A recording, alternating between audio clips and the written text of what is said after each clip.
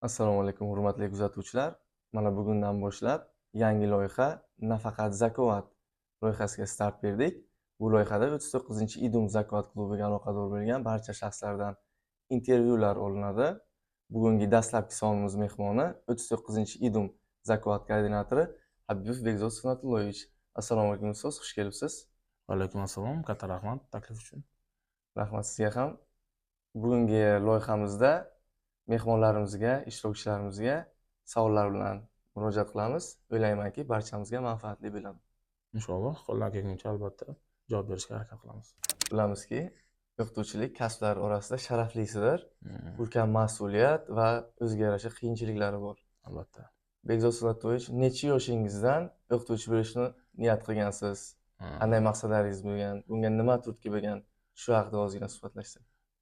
Avvalambor savol uchun katta rahmat. Endi men o'ylayman, o'qituvchilik bu sharafli kasb, kapingizga qo'shilaman. Lekin ochig'ini aytsam, biror bor umrim davomida o'qituvchi bo'laman deb o'ylamaganman. Endi men o'ylashim bo'yicha har kimning o'zining taqdiri bo'ladi va inson Alloh taolo xohlagan vaqtda taqdiri ana shu ekanligini tushunib yetadi va tabiiyki bu narsaga bo'ysunadi. Biror bor, menimcha bu juda ko'p o'qituvchilarda shunaqa bo'lsa kerak. O'qituvchi bo'laman deb orzu qilmaydi, lekin taqdirni o'zi ularni shu maskanga olib kelib qo'yadi. Boshida tushunmaganman, lekin hozir aniq maqsadlarimiz bor. O'sha maqsadda harakat qilamiz va bundan hech qachon afsuslanmayman. Maqsadlaringizni shu o'rinda bo'lishib ketsangiz barchamiz bilan. Bu bizlarga ham qiziq. Maqsadlar eng avvalo xayrli va manfaatli yashash, inson xalqqa foydasi tegishi, qanaqa holat bo'lishidan qat'iy nazar va oxiratni unutmaslik deb bilaman. Navbatdagi savolim quyidagicha. 39-Idumda Zakovat qay darajada, o'quvchilarga qanday shart-sharoitlar yaratilgan? Savol uchun katta rahmat. 2021-yilda Prezidentimiz Shavkat Miromonovich Mirziyoyev tomonidan barcha maktablarda Zakovat klubini tashkil qilish, to'garaklarni yo'lga qo'yish bo'yicha farmon qabul qilingan va o'sha yildan e'tiboran bizning ham maktabda Zakovat klubi o'zining faoliyatini olib boradi va biz deyarli har chorakda o'quvchilar uchun ketma-ket turnirlarni tashkil qilib kelyapmiz va o'ylaymanki, bu o'quvchilarga ham juda yoqadi, chunki har doim ta'til bo'lishiga qaramasdan, odatda ta'tilda o'tkazamiz musobaqalarni. Ta'til bo'lishiga qaramasdan o'quvchilar kelib qatnashib Zakovat olamidan rohatlanib ketishadi. Har chorakda ular uchun turnirlar bor, turli xildagi. Tushunarli. Demak, yuqori saviyada olib borilayotganiga bilib oldik. Biz ham shuni harakatda o'zi. O'ylaymanki, bu o'tkazib kelinayotgan musobaqalar o'z natijasini ko'rsatmoqda. Masalan, 2023-yildagi o'quv yilida guvoh bo'lganimizda respublikada 1-o'rindan 4-o'ringa tushib qolganingizlar. Va 24-yilda ham ko'rdik, ana masalan, faxrli 2-o'rinni qo'lga kiritishingiz. Demak, menimcha shu 23-yildagi o'yinni ta'siridan bo'lsa kerak. Endi juda ham zo'r savol. Savol uchun katta rahmat. 2023-yilga natija, umuman o'zi 2023-yilgi musobaqa bizning respublika bosqichdagi ilk ishtirokimiz bo'lgan va ikkita turda ketma-ket 1-o'rinda borgandan keyin jamoada tabiiyki men o'zimda ham euforiya bo'lgan, buni rad eta olmayman. Endi natijaga to'xtaladigan bo'lsak, 1-o'rindan 4-o'ringa tushish tabiiyki odamga alam qiladi. Butun jamoa bilan birgalikda deyarli 1,5-2 oy mobaynida o'zimizga kelmaganmiz. Tabiiyki endi 1 ball bilan ortda qolish alam qiladi. 1-o'rindan 4-o'ringa tushishni-ku tasavvur qilishni o'zi qo'rqinchli. Va 2024-yilgi natijada ham 2023-yildagi 4-o'rinni hissasi beqiyos. Har bir mag'lubiyat keyingi g'alaba uchun poydevor bo'ladi deganlaridek. Endi 2024-yilda 2023-yil uchun ham o'rin olishga majbur edik. O'rin olishimiz shart edi. Bu qolganlar uchun emas, o'zimiz uchun qayta olishimizni o'zimizga isbotlashimiz kerak edi. Va buni uddaladingiz. Albatta. Tabriklayman. Katta rahmat. aytish mumkin, 2023-yildagi mag'lubiyat juda ham katta saboq bo'lgan menga.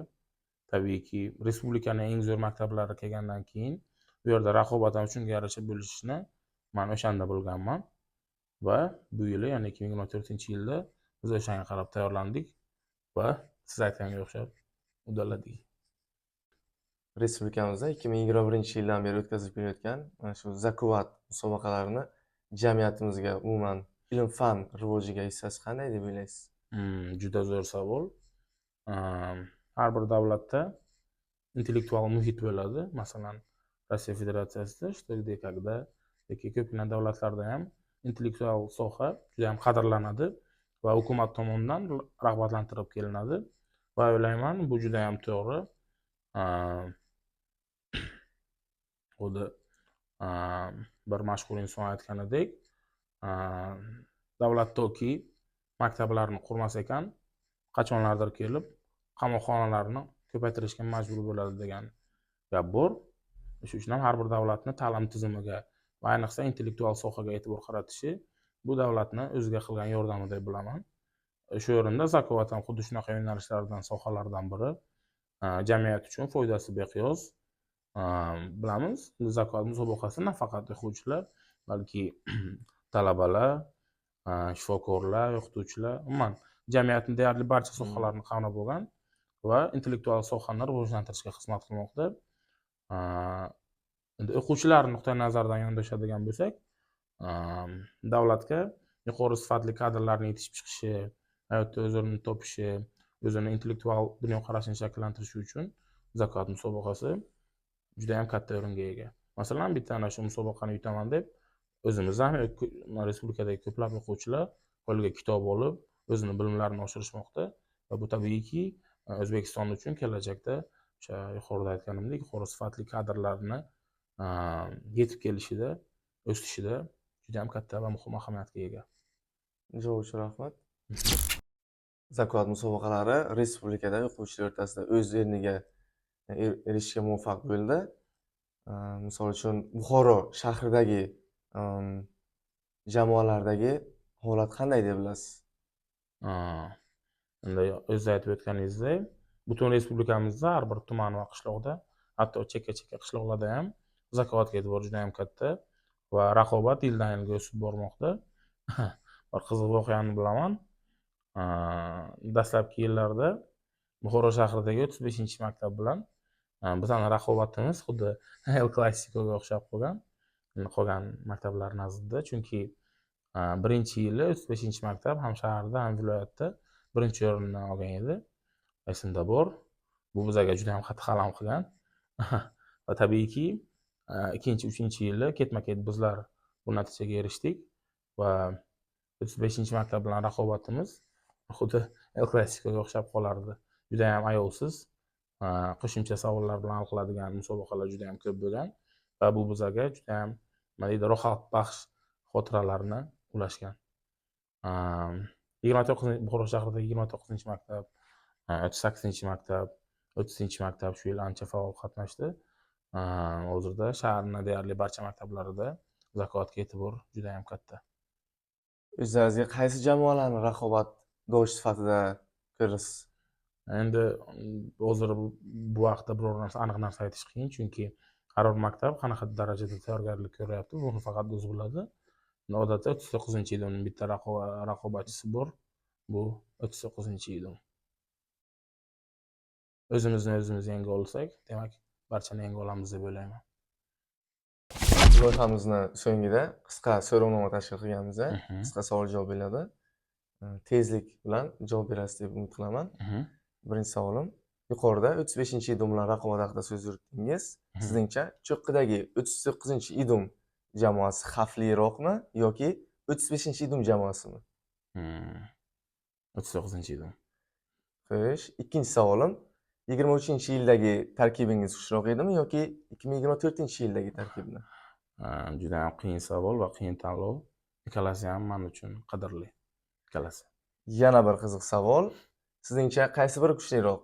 Pop 67-idummi yoki Uchquduq 7-maktabmi? 39-idum. Qo'riqshahar 39-yil. Buxoro 39-yil. Ajoyib. 4-savoli.